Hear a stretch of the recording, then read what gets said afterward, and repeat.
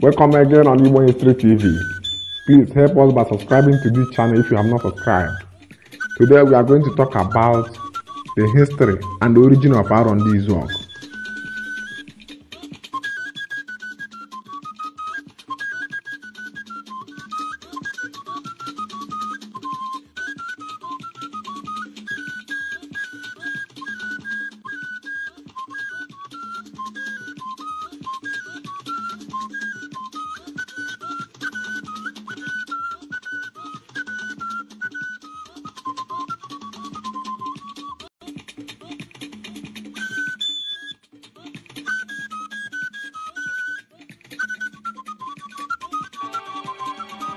History and origin of Arondizuogu. Arondizuogu was founded by the use of force by Izuogu the and his brothers Iheme in the mid-14th century.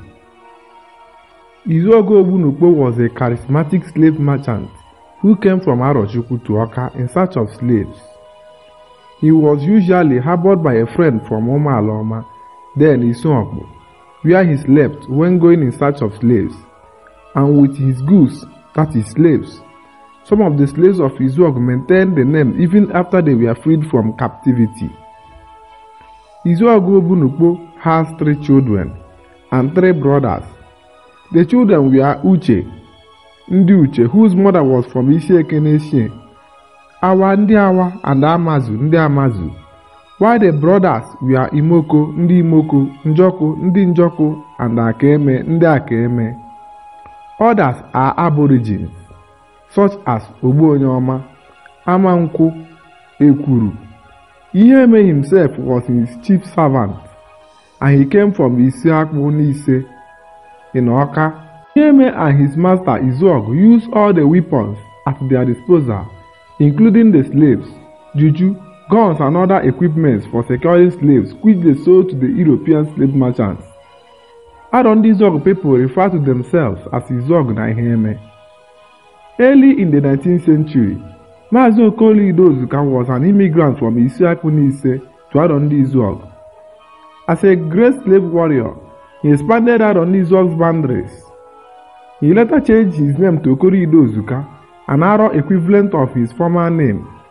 He was a wealthy, ruthless, and almost conscienceless slave trader like Izuogu, but was also a great leader. Nwankwo Okoro was the first son of Izuogu. At the age of 21, he joined his father in the slave trade. By collecting slaves and war captives, he was able to build a very large family. When the British came, they made him a warrant chief because they believed he could subdue anybody and collect the taxes they desperately needed from them. Until this day, Arondizuogu is the biggest former Aro colony and a land of immigrants settling mainly on the rich land. Few immigrants from Uruala, a town not too far from Arondizuogu, also made up of what is today known as Arondizuogu. Historical sites. Some places of interest in Arondizuogu include Mazin Bono Ojike Cottage, village home of Nigeria's late boycott king, Mazin Bono Ojike, at Ndi Akeme Uno. Ogologo, a safe house built in 1887 for hiding children during the slave trade era. The Stone Palace, a story building cast in stone erected by late Chief Green Mbadiwe, West Africa's first millionaire, for his father, Mbadiwe Odom at Ndi Aneche Uno. That is Old Nkwo. Ngeze, legendary stream at Ndi Akeme Uno. Obuti Ezumezu, exotic visitors chamber of Ikeji music master Perikom Okoye at Ndi Ogbonyoma Imo. Helen Motel Plaza. Home Diamond Hotel, Luxury Hospitality Rendezvous at Ndi Awa. National High School Arondizuogu, Pioneer Model School built by Mazi Nwosu Eleli Igwilo with the help of community effort and commissioned in 1951 at Ndi Akeme Uno. Iheme Memorial Secondary School, second model school built by community effort and commissioned in 1951 at Ndi Aneche Uno.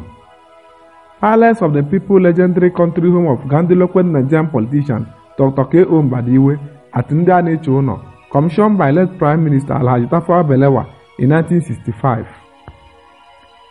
Upiti, expansive rice fields at Akemohi Uchu. Obi Omenoko, homestead of Igwe Bodum, Omenoko, the hero of Peter Wana's book. Ngenokwe, natural spring at Ndiawa. Obi Ezerioha in Obi Okwano Obinihu, Abuala Oma, where the agreement for settlement was made. Izuogu lives in many local government areas in Imo State, although they have almost the same dialect with the group of Igbos in Anambra State.